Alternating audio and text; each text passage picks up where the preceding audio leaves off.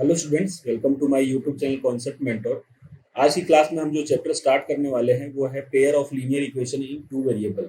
आज की क्लास में हम 15 क्वेश्चन करने वाले हैं और ये सारे क्वेश्चन जो है मास्टरमाइंड एमसीक्यू क्वेश्चन बैंक जो है स्टैंडर्ड मैथ्स की, उससे सारे क्वेश्चन लिए गए हैं।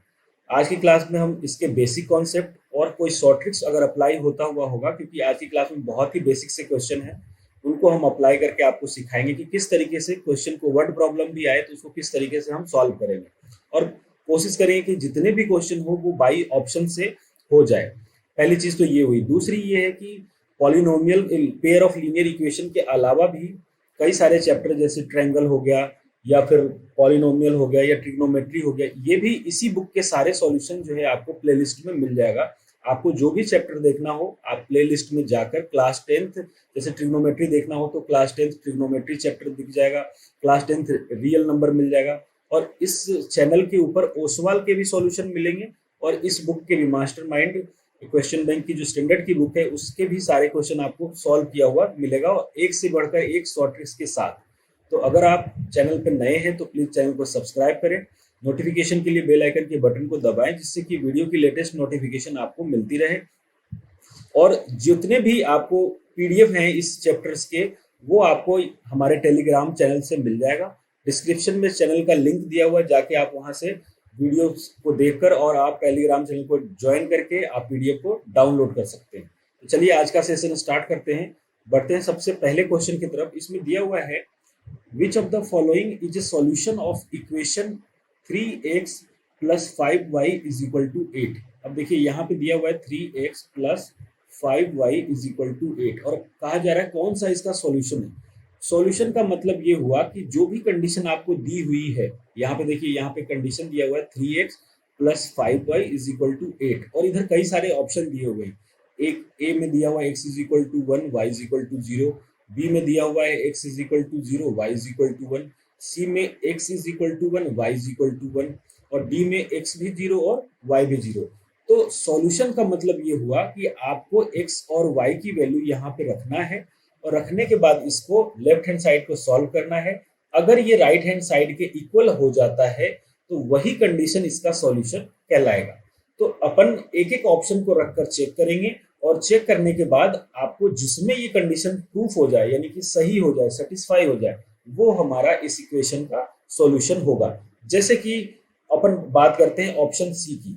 अगर ऑप्शन सी रखेंगे तो यहाँ पे x की वैल्यू 1 है और y की वैल्यू भी 1 है। आप इसको रखें तो ये हो जाएगा 3 इंटू 1 प्लस 5 इंटू 1। इसको सॉल्व करेंगे तो ये आएगा 3 प्लस 5 और इज इक्वल टू किसके, 8 के इक्वल आ गया। जो कंडीशन में इनिशियल में जो कंडीशन लिखा हुआ था वो भी वही है कि 3x plus 5y is equal to 8। अब हमने जब x इज इक्वल टू 1 और y इज इक्वल टू 1 रखा तो ये 8 आ गया। तो यानी कि यही हमारा इस इक्वेशन का सॉल्यूशन होगा, यानी कि ऑप्शन सी करेक्ट आंसर है इस क्वेश्चन का। बढ़ते हैं नेक्स्ट क्वेश्चन की तरफ।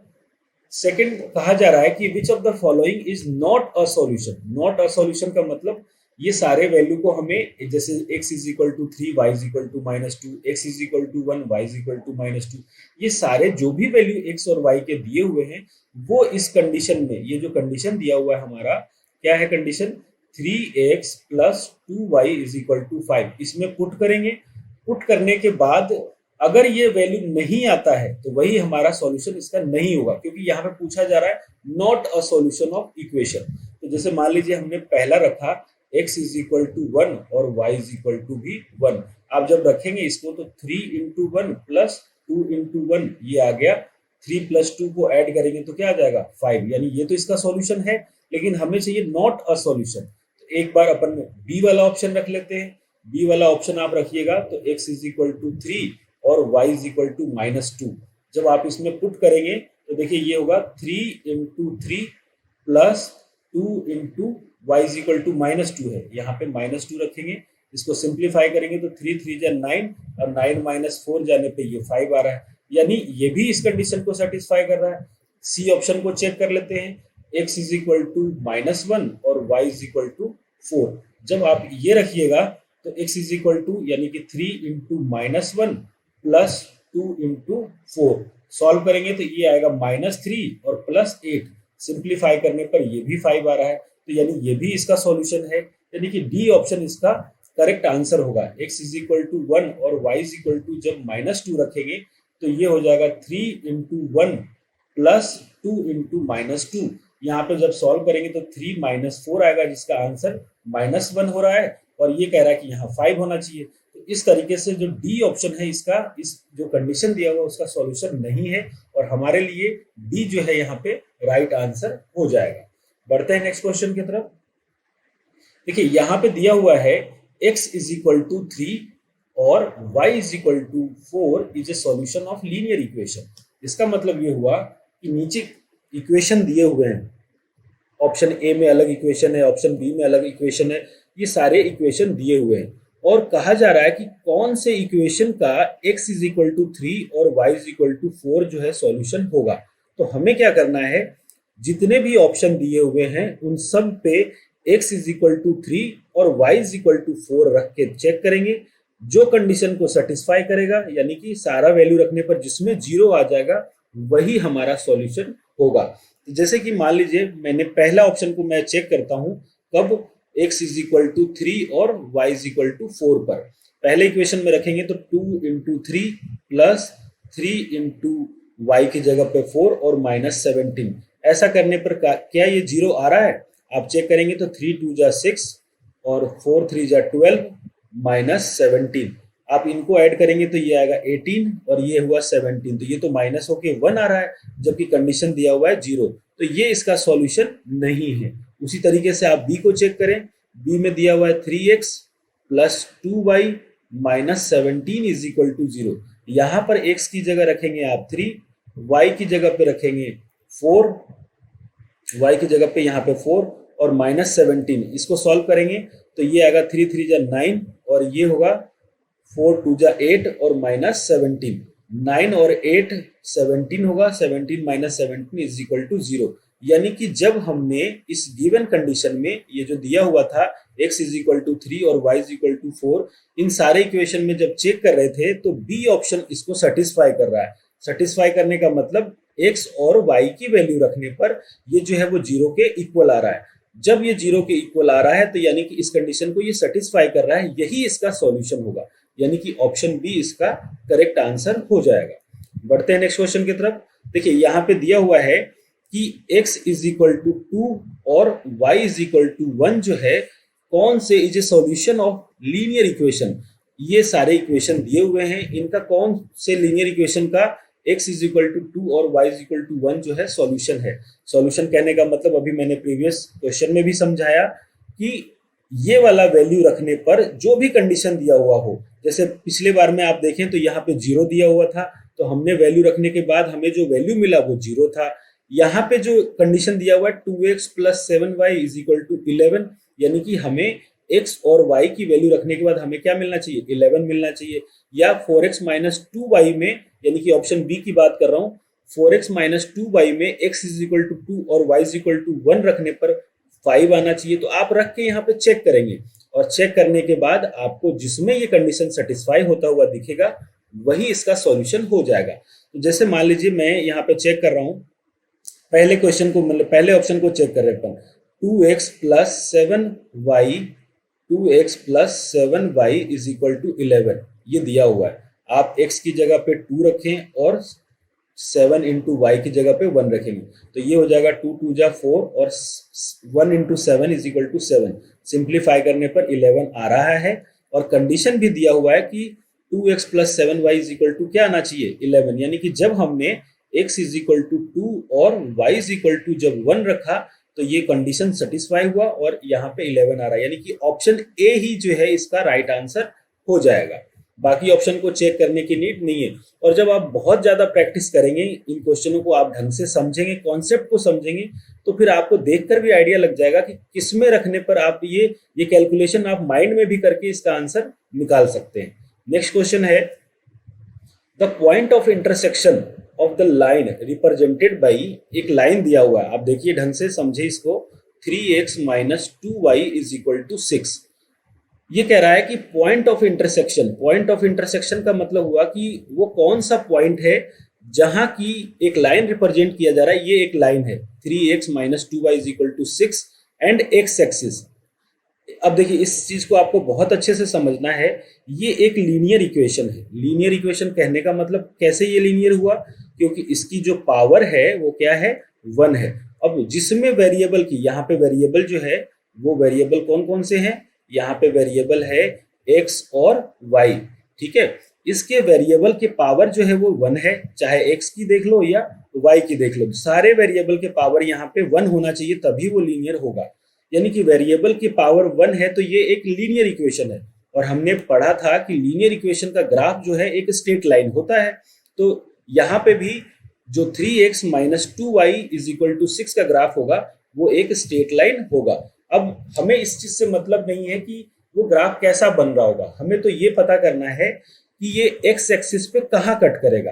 अब मैं थोड़ा सा आपको बेसिक से समझा रहा हूँ। जैसे मान लीजिए ये आपका कोऑर्डिनेट सिस्टम हुआ, मान लीजिए ऐसा हमने बना लिया कि ये एक कोऑर्डिनेट सिस्टम है हमारा, जिसमें ये एक्स एक्सिस है, ये नेगेटिव एक्स एक्सिस है, ये वाई एक्सिस है और ये नेगेटिव वाई एक्सिस है। सपोज करते हैं कि ये ग्राफ कुछ ऐसा बन रहा होगा, जरूरी नहीं है कि ऐसा ही बने, हमने बना लिया, ठीक है। अब बनाने के बाद आप ये देख रहे हैं कि ये एक्स एक्सिस को कहाँ पे कट कर रहा है। देखिए ये एक्स एक्सिस को इस जगह पे कट कर रहा है, इस पॉइंट को मान लीजिए हम ए मान लेते हैं। तो आपसे यही पूछा जा रहा है कि the point of intersection of the line, ये लाइन है आपका, मान लेते हैं इसको हमने सपोज करा है 3x - 2y = 6। ये एक हमारा लाइन है जो कि कट कर रहा है एक्स एक्सिस को। तो ये जो कट कर रहा है जहां पे एक्स एक्सिस को, इस पॉइंट पे कौन कौन से कोऑर्डिनेट होंगे, यानी यहाँ पे एक्स का कोऑर्डिनेट क्या है और वाई का कोऑर्डिनेट क्या है, ये आपसे पूछा गया है।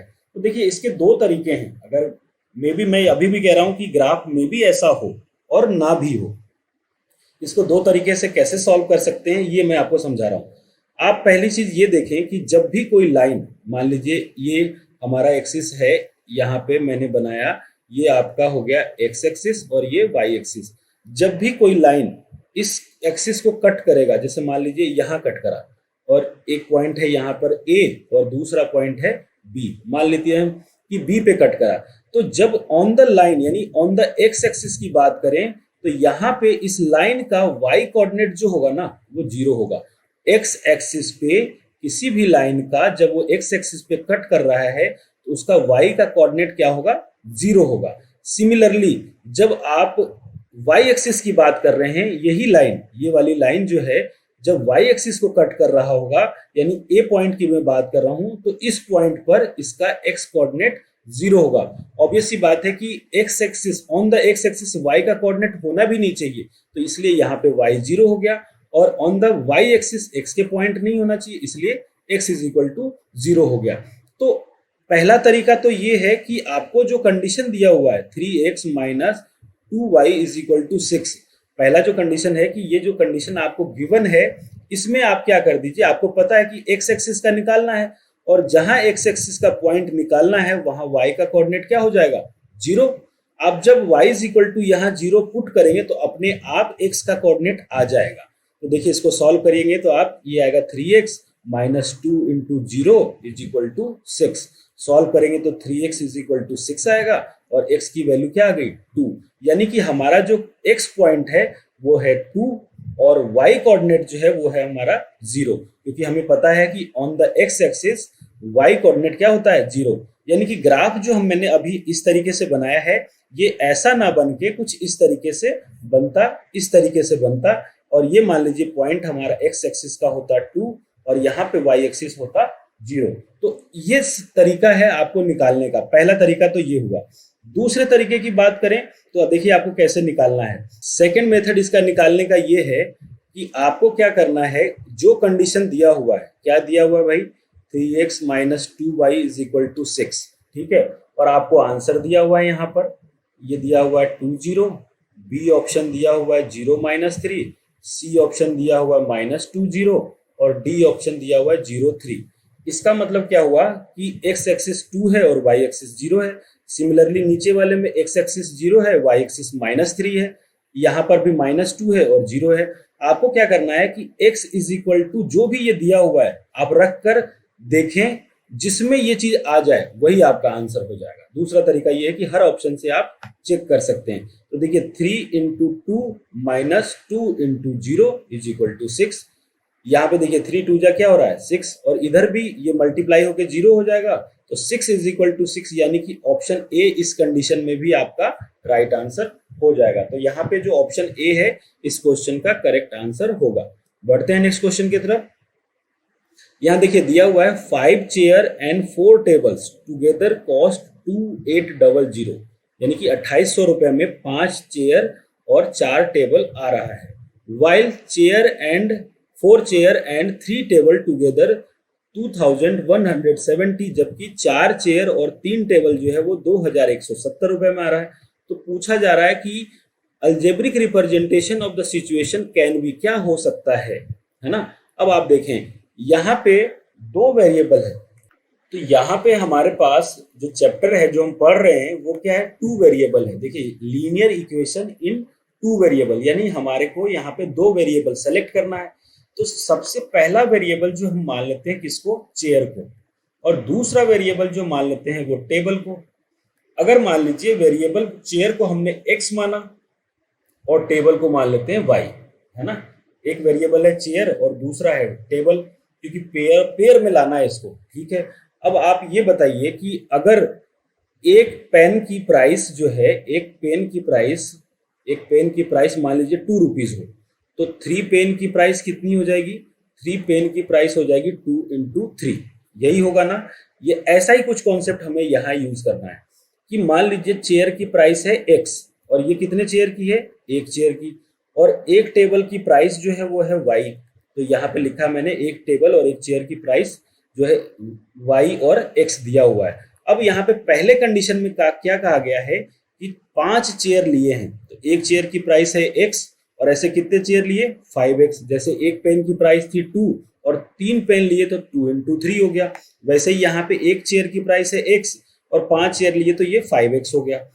प्लस टेबल कितने लिए हैं इसने, एक टेबल की प्राइस है y और इसने 4 टेबल लिए हैं तो ये हो गया 4y, और दोनों को मिलाकर इसने जो पे किया है वो 2800 रुपए पे किए। ये हुआ आपका पहला कंडीशन। दूसरे में क्या कह रहा है, 4 चेयर लिए हैं, तो एक चेयर की प्राइस है अगर x तो 4 चेयर की हो जाएगी 4x, प्लस 3 टेबल, यानी कि एक टेबल की प्राइस है y तो 3 टेबल की हो जाएगी 3y, और ऐसा करने से दोनों को मिलाकर जो इसने पे किया है वो 2170 रुपीज की है।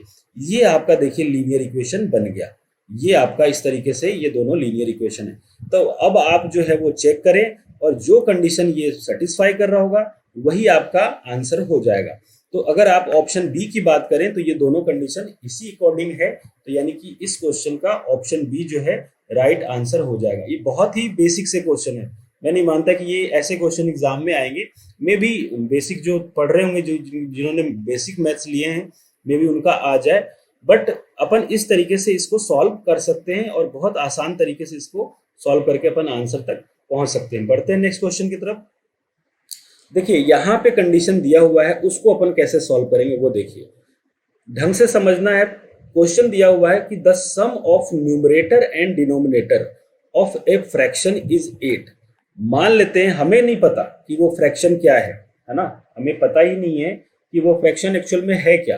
तो हमने माना कि फ्रैक्शन जो है वो x अपॉन y है। ये अपन ने सपोज करा है कि जो हमारा फ्रैक्शन है वो x अपॉन y है। तो पहले कंडीशन के हिसाब से क्या कह रहा है कि द सम ऑफ न्यूमरेटर, हमारे लिए न्यूमरेटर क्या हुआ, ये हुआ हमारे लिए न्यूमरेटर, ये हुआ न्यूमरेटर, और y क्या हुआ, y हुआ आपका डिनोमिनेटर, ये क्या हो जाएगा डिनोमिनेटर। अब देखिए पहला कंडीशन को ढंग से पढ़ लीजिए कि the sum of numerator and denominator of a fraction, ये एक फ्रैक्शन है जिसका कि सम न्यूमरेटर का और डिनोमिनेटर का वो क्या है 8 है।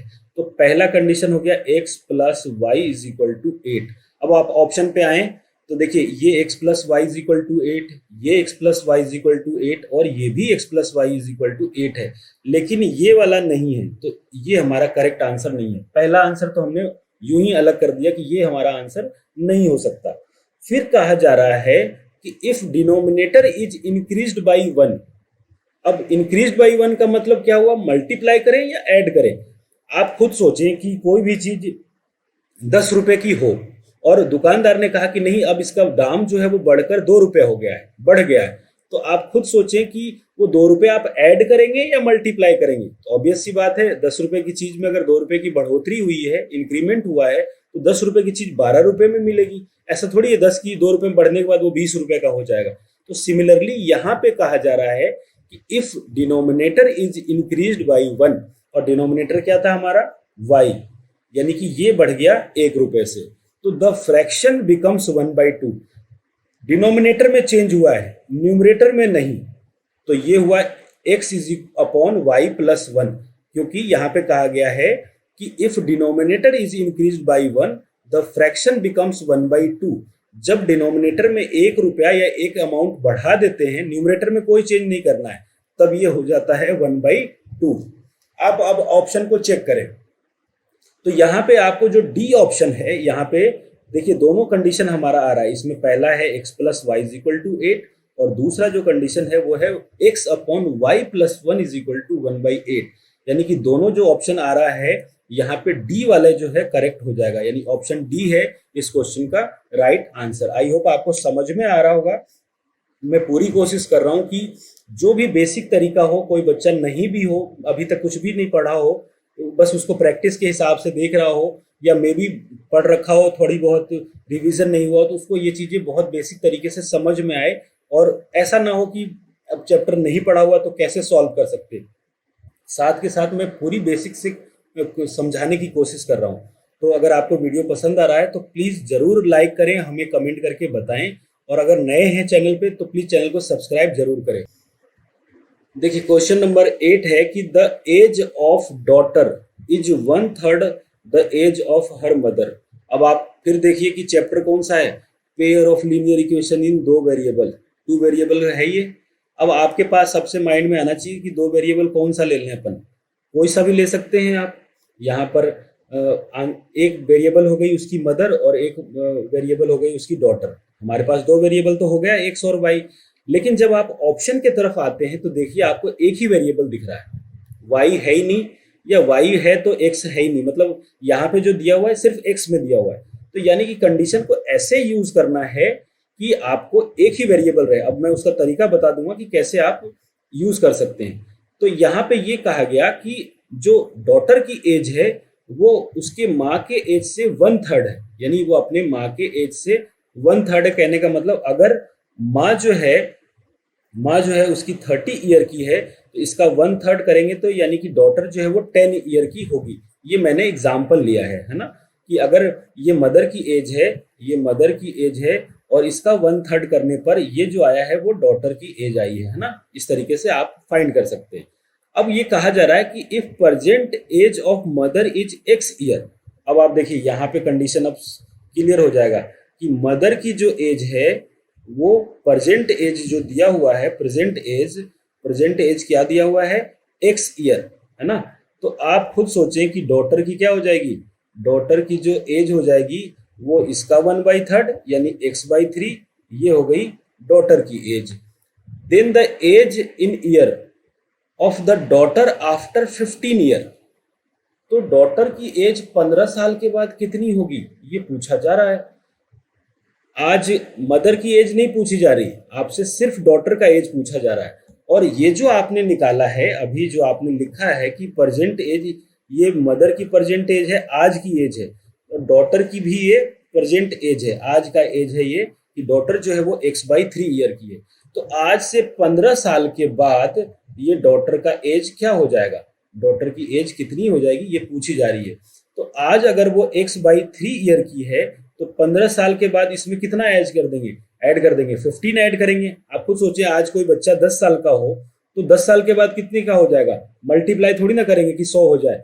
हम उसमें आज 10 साल का है तो वो 10 और ऐड करके उसको 20 कर सकते हैं। अब इसी एक्सप्रेशन को आपको देख लेना कि या तो ये होगा या इसको एलसीएम लेके आप सॉल्व करेंगे तो मे बी आंसर जो है आपका ये भी हो सकता है x + 45/3। जब आप इसको एलसीएम लेके सॉल्व करेंगे तो हो सकता है ऑप्शन ये हो या ए ये वाला हो। आप चेक कर लें, जो आपका इसमें से ऑप्शन होगा वही आपका राइट आंसर होगा।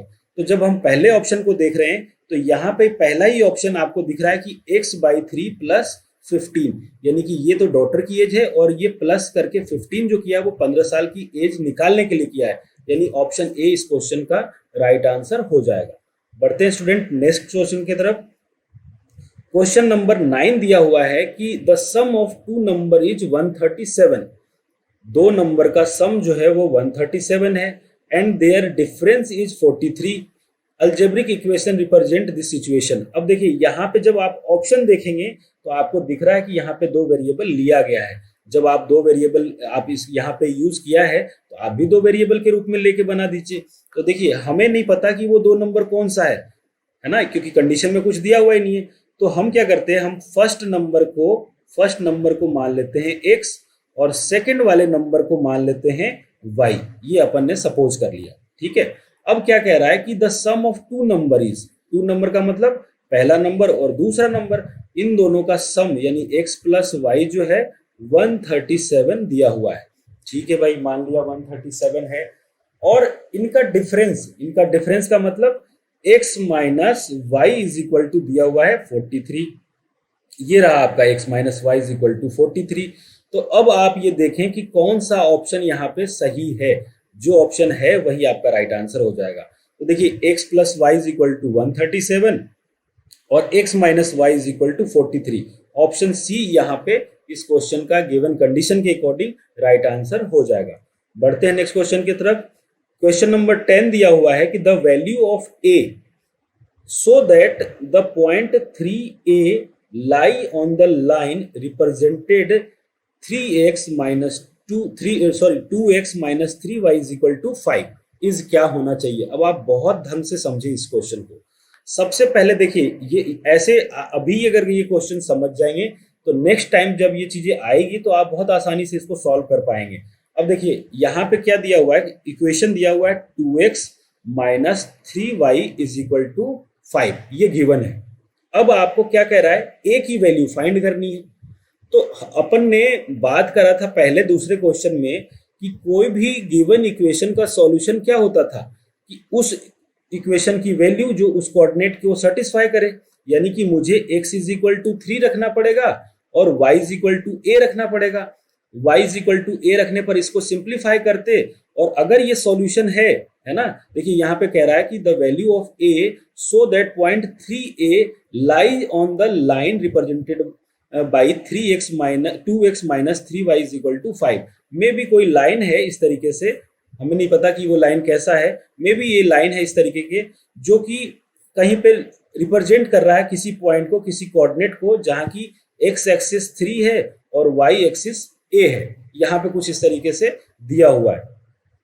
तो हमें क्या करना है, यहाँ पर x इज इक्वल टू 3 और y is equal to a रखकर चेक करेंगे यहाँ पे, है ना। यहाँ पे x दोनों रखेंगे और रखने के बाद वो अगर वो लाई कर रहा है यानी कि ये कंडीशन को सेटिस्फाई करना चाहिए, है ना। आप देखिए कि अगर ये कोई लाइन होता फर्स्ट, ये कोई लाइन होता सेकंड और इसका अगर ये इंटरसेक्शन पॉइंट है तो ये जो पॉइंट की जो वैल्यू आ रही है ना 3 और a, वो इस वाले लाइन को भी सेटिस्फाई करेगी और इस वाले को, ये प्रॉपर्टी होता है। तो आप यहाँ पे x इज इक्वल टू 3 और y is equal to a जब रखेंगे तो कॉन्सेप्ट के अकॉर्डिंग 5 आना चाहिए। तो आप रखिए यहाँ पे, तो 2 इंटू एक्स की जगह 3 माइनस वाई की जगह आप a रखेंगे तो ये आएगा कितना, 5। अब आप इसको सिंप्लीफाई कर लीजिए। तो देखिए ये 3 2 जा 6, इस 5 को लेफ्ट हैंड साइड लेंगे तो हो जाएगा 6 माइनस 5 और इधर आ जाएगा 3a। ये इससे माइनस होगा तो ये आएगा 1 और इज इक्वल टू 3a। तो a की वैल्यू कितनी आ गई, a की वैल्यू आ गई 1/3। ये आपका राइट आंसर हो जाएगा, यानी कि ऑप्शन बी इस क्वेश्चन का करेक्ट आंसर है। नेक्स्ट क्वेश्चन है कि x is equal to a and y is equal to b is the solution of x minus y is equal to 2 and x plus y is equal to 4, then the value of a and b represented by, वो कौन सी value है जो कि, अब देखिए यहाँ पे दो सॉल्यूशन दिया हुआ है। पहले दो इक्वेशन लिख लेता हूं मैं। ये दिया हुआ पहला x minus y is equal to 2 और दूसरा इक्वेशन है x plus y is equal to 4। अब मैं इसको भी ग्राफ के रूप में आपको समझाना चाहूंगा क्योंकि बेसिक अगर आप समझ गए ना तो फिर आपको दिक्कत नहीं होगी। मान लेते हैं कि पहले इक्वेशन का ग्राफ कुछ ऐसा बना, मान लिया अपन ने कि कुछ ऐसा बना होगा और दूसरे का कुछ इस तरीके से बना होगा दूसरा। अब ये दोनों कहाँ पे इंटरसेक्ट कर रहा है, यहाँ पे, है ना, यहाँ पे इंटरसेक्ट कर रहा है। वैसे क्वेश्चन के अकॉर्डिंग जो ऑप्शन दिए हुए हैं उसमें मे बी ये प्लस हो और माइनस हो, हमें नहीं पता, हमने तो ऐसा कुछ बनाया है। ये देखिए, ये आपका पहला लाइन है, इसको अपन फर्स्ट कर देते हैं ना, इसको फर्स्ट और इसको सेकंड कर देते हैं, इसको सेकंड कर देते हैं। ये दोनों इस पॉइंट पे कट कर रहा है, इस वाले पॉइंट पे कट कर रहा है। अब यहाँ पे x की कुछ ना कुछ वैल्यू होगी जिसको a कहा गया है, और y की भी कुछ ना कुछ वैल्यू होगी जो b कहा गया है, और ये x is equal to a और y is equal to b दोनों इस लाइन को सेटिस्फाई करेगा। और पहले लाइन का इक्वेशन भी मैं लिख देता हूँ, x minus y is equal to 2, और दूसरे का लिख देता हूँ x plus y is equal to 4। अब आप ये ध्यान से समझ लीजिए कि ये जरूरी नहीं है कि ये लाइन ऐसा ही बने, हमने एक सपोज किया कि मान लीजिए ऐसा होगा। तो अभी हमने थोड़ी देर पहले बात की थी कि अगर ये दोनों लाइन का इंटरसेक्शन पॉइंट है, तो दोनों लाइन में जब आप x की वैल्यू a और y की वैल्यू b रखेंगे तो वो उसको सेटिस्फाई करता हुआ दिखेगा हमें। यानी कि जब इस वैल्यू के लिए x और y रखेंगे तो 2 आना चाहिए, यहाँ पे x और y रखेंगे तो 4 आना चाहिए। अब आपको ऑप्शन में जाना है, x और y की वैल्यू को सेलेक्ट करना है, जिसमें x और y रखने पर 2 और 4 आ जाए वही आपका आंसर हो जाएगा। तो अपन अगर बात करें ऑप्शन सी की, आप देखिए यहाँ पे ऑप्शन सी में जो x इज इक्वल टू 3 और y इज इक्वल टू 1 है, वो दोनों कंडीशन को सेटिस्फाई कर रहा है। कैसे? x की जगह 3 और y की जगह 1 रखेंगे तो 2 आएगा, x की जगह 3 और y की जगह 1 रखेंगे तो 4 आएगा। तो यानी कि इस तरीके से जो ऑप्शन सी है हमारे क्वेश्चन का राइट आंसर हो जाएगा। बढ़ते हैं नेक्स्ट क्वेश्चन की तरफ। क्वेश्चन नंबर 12 भी यही कुछ ऐसा ही है। देखिए यहाँ पे कहा जा रहा है, दो लाइन ऑफ दिए हुए हैं कि 2x plus y minus 6 is equal to 0, ये आपका पहला इक्वेशन है, और दूसरा है 4x minus 2y minus 4 is equal to 0, ये आपका दूसरा इक्वेशन है। और पूछा जा रहा है कि इसका सॉल्यूशन क्या होगा। अब आपको दिमाग लगाने की कोई जरूरत नहीं है, कोई भी डायग्राम बनाने की जरूरत नहीं है। आपको क्या करना है, x और y का सॉल्यूशन निकालना है, यानी कि हमें x और y का कोऑर्डिनेट फाइंड करना है। और आपको क्या करना है कि ऑप्शन से आप ये सब वैल्यू को यहाँ पर x और y की जगह रखकर देखें, जिसमें ये कंडीशन को सेटिस्फाई करेगा वही आपका आंसर हो जाएगा। अब आपको बस चेक करना है, चेक करने के बाद आंसर आ जाएगा। तो मान लीजिए मुझे ऐसा है उम्मीद कि डी ऑप्शन इसका करेक्ट आंसर है, तो मान लीजिए डी को रख के चेक करते हैं। और मुझे तो चलो ठीक है, यहाँ पे मैं अंदाजा लगा पा रहा हूँ। अगर आपको इस चीज का आइडिया नहीं मिलता है तो आप एक एक ऑप्शन को रखकर भी चेक कर सकते हैं। बहुत छोटे छोटे से इक्वेशन आप जल्दी से जल्दी इसको सॉल्व कर लीजिएगा। तो मान लेते हैं अपन जब ये डी वाला ऑप्शन रखते हैं तो x की जगह पे 2 है। देखिए यहाँ ये x का कोऑर्डिनेट है, ये y का है। x की जगह 2 रखेंगे तो 2 into 2 plus 2 minus 6 is equal to 0 आ रहा है क्या, चेक करते हैं। 2 2 जा 4 प्लस 2 माइनस 6, तो देखिए ये 4 2 जा 6, मतलब 4 और 2 6 और माइनस 6, 6 माइनस 6 ये कंप्लीट 0 हो गया। दूसरे वाले में भी रख के देखिए क्या ये सेटिस्फाई कर रहा है। जब आप x इज इक्वल टू 2 और y इज इक्वल टू 2 जब दूसरे इक्वेशन में रखेंगे, दूसरा इक्वेशन क्या है, 4x minus 2y minus 4 is equal to 0। x की जगह 2 रखेंगे तो ये 8 हो जाएगा, y की जगह 2 रखेंगे तो ये 4 हो जाएगा, और माइनस का 4, 8 में से 4 जाएगा तो 4 माइनस 4 इज इक्वल टू 0। बिल्कुल सेटिस्फाई हो रहा है, यानी कि डी ऑप्शन इस क्वेश्चन का राइट आंसर हो जाएगा। एलिमिनेशन, सब्सटीट्यूशन, क्रॉस मल्टीप्लीकेशन, यहाँ कुछ भी करने की नीड नहीं है, आप सीधा वैल्यू को रखें और आपका आंसर आ जाएगा। नेक्स्ट क्वेश्चन है 13। यहाँ पे कहा जा रहा है कि x is equal to a और y is equal to b is the solution of pair of equation. Same question number जैसा अपन ने प्रीवियस वाला किया कि x minus y is equal to 2 है और x plus y is equal to 4 है। आपको क्या करना है, x की वैल्यू जो है गिवन है, यहाँ पे ये सारे ऑप्शन में जो दिए हुए हैं, मान लीजिए मैं ऑप्शन ए की बात कर रहा हूँ तो यहाँ x की वैल्यू 3 है और y की वैल्यू 5 है। उसी तरीके से और भी कई सारे ऑप्शन दिए हुए हैं, आपको तो यहाँ पर रखकर सिर्फ चेक करना है। और मेरे हिसाब से अगर मैं ऑप्शन चेक करूं कौन सा, अगर मान लीजिए मैं यहाँ पर चेक करता हूं ऑप्शन सी, अगर मैं सी ऑप्शन को चेक करता हूं तो कंडीशन को सेटिस्फाई होगा। x इज इक्वल टू 3 और y इज इक्वल टू 1 आप रख के देखेंगे। इसमें रखिएगा तो x की जगह 3 और y की जगह 1 रखेंगे तो ये 2 आएगा। इसमें रखेंगे x इज इक्वल टू 3 और y इज इक्वल टू 1 तो ये 4 आएगा। यानी कि इस क्वेश्चन का ऑप्शन सी जो है करेक्ट आंसर हो जाएगा। कोई भी सॉल्यूशन करने की नीड नहीं है, एलिमिनेशन लगाने की नीड नहीं है, एक्स वाई निकालने की नीड नहीं है। आप डायरेक्ट वैल्यू को देखें कि कौन सी वैल्यू को रखने पर ये कंडीशन आ रहा है, वही आपका राइट आंसर हो जाएगा। क्वेश्चन नंबर 14 है कि इक्वेशन दिया हुआ है ax plus by plus c is equal to 0 where a b c a real number, A B C हम मानते हैं यहाँ पर कि x का कोफिशिएंट a है, y का कोफिशिएंट b है और कांस्टेंट जो है वो c है, is called a linear equation. ये लीनियर इक्वेशन है। ये कैसा है? एक लीनियर इक्वेशन है और दो वेरिएबल का है। लीनियर इक्वेशन इन टू वेरिएबल। तो जब लीनियर इक्वेशन है तो इसका पावर 1 होना चाहिए, जो है भी सही, और दो वेरिएबल में यानी कि x और y का दोनों का होना जरूरी है। तो कहा जा रहा है कि कौन सा कंडीशन इनमें से सेटिस्फाई हो सकता है। तो देखिए, पहला कंडीशन दिया हुआ a not equal to b। अब मान लेते हैं एक इक्वेशन कि x plus y plus 3 is equal to 0। ये भी एक लीनियर इक्वेशन है और टू वेरिएबल है यहाँ पे। अब आप यहाँ पे x का कोफिशिएंट जिसको a कहा है, a की वैल्यू क्या है यहाँ पे? 1। y का कोफिशिएंट जिसको कि b कहा है, वो भी क्या है? वो भी 1। तो ये दोनों तो इक्वल हो ही सकते हैं ना, जबकि यहाँ कह रहा है नॉट इक्वल टू b। तो ये तो रॉन्ग हो गया, पहला ऑप्शन ही गलत है। दूसरा कह रहा है a square is equal to b square. ये कोई जरूरी थोड़ी है कि a स्क्वायर जो है, अगर आप यहाँ पे है, यहाँ पे मान लेते हैं कि यहाँ पे a स्क्वायर और b स्क्वायर इक्वल हो रहा है। आप a का स्क्वायर कर रहे हैं और b का स्क्वायर, दोनों का स्क्वायर करने पर इक्वल हो रहा है। लेकिन अगर क्वेश्चन में ऐसे लिख देता 2x plus 3y plus 6 is equal to 0, तो यहाँ a का स्क्वायर तो हो रहा है। अगर आप कंपेयर करें इससे ax plus by plus c is equal to 0 से, तो a की वैल्यू यहाँ पे 2 और a का स्क्वायर करेंगे तो 4 आएगा और b का स्क्वायर करेंगे तो 9 आएगा। तो ये कोई निश्चित थोड़ी ना है कि ये दोनों इक्वल हो, तो ये भी ऑप्शन गलत है।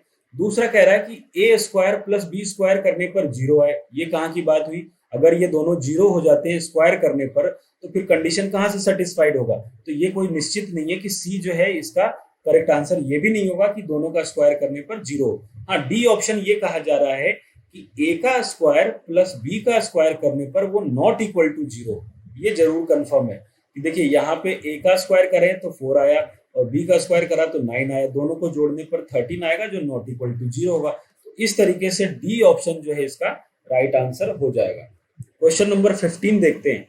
देखिए यहाँ पे 15 है कि एवरी सॉल्यूशन ऑफ, हर सॉल्यूशन की बात कर रहे हैं, ax plus B Y plus c is equal to 0 is a pair of value. अब इसके सॉल्यूशन की बात करें, एक लाइन होगा ना, जैसे मान लीजिए मैं लिखा हूं यहाँ पे लाइन, यहाँ पे मैंने एक सिंपल सा लाइन लिख देता हूँ, x plus y is equal to 6, मान लीजिए मैंने ये लिखा। तो यहाँ पर अगर एक इक्वेशन है तो आप ये देखें, इसको कंपेयर कर लेते हैं ax plus B Y plus is equal to C से। तो यहाँ क्या है कि a की वैल्यू है 1, a की वैल्यू है 1, b की वैल्यू भी 1 है और यहाँ पे c की वैल्यू 6 है। तो आप जैसे जैसे a को लेंगे उसके अकॉर्डिंग x और y चेंज होगा। जैसे मान लेते हैं हम इस इक्वेशन को मैं सेटिस्फाई कराना चाह रहा हूँ, तो मैं भी इस तरीके से लिख सकता हूँ 7 माइनस 1 इज इक्वल टू 6।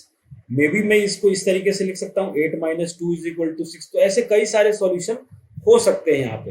तो यहाँ पे क्या कह रहा है, पहला कंडीशन कि 1 for value of a and other for value of b। अरे a और b तो कोफिशिएंट है, यहाँ पे हम तो x को रखते हैं ना और वो सेटिस्फाई होता है। तो a और b के साथ कोई लेना देना ही नहीं है। b ऑप्शन है 1 ऑफ वैल्यू ऑफ a और अदर ऑफ c। c तो यहाँ पे कांस्टेंट है, जब a पे ही डिपेंड नहीं कर रहा तो c और a तो यहाँ पे कोफिशिएंट है। हमें इसमें मतलब है सिर्फ x और y से, जो कि वेरिएबल है और टू वेरिएबल है। तो यहाँ पे जो ऑप्शन होगा कि 1 for value x and other for value y, यानी x और y पे ये डिपेंड करेगा। तो यानी कि ऑप्शन डी जो है इस क्वेश्चन का राइट आंसर हो जाएगा।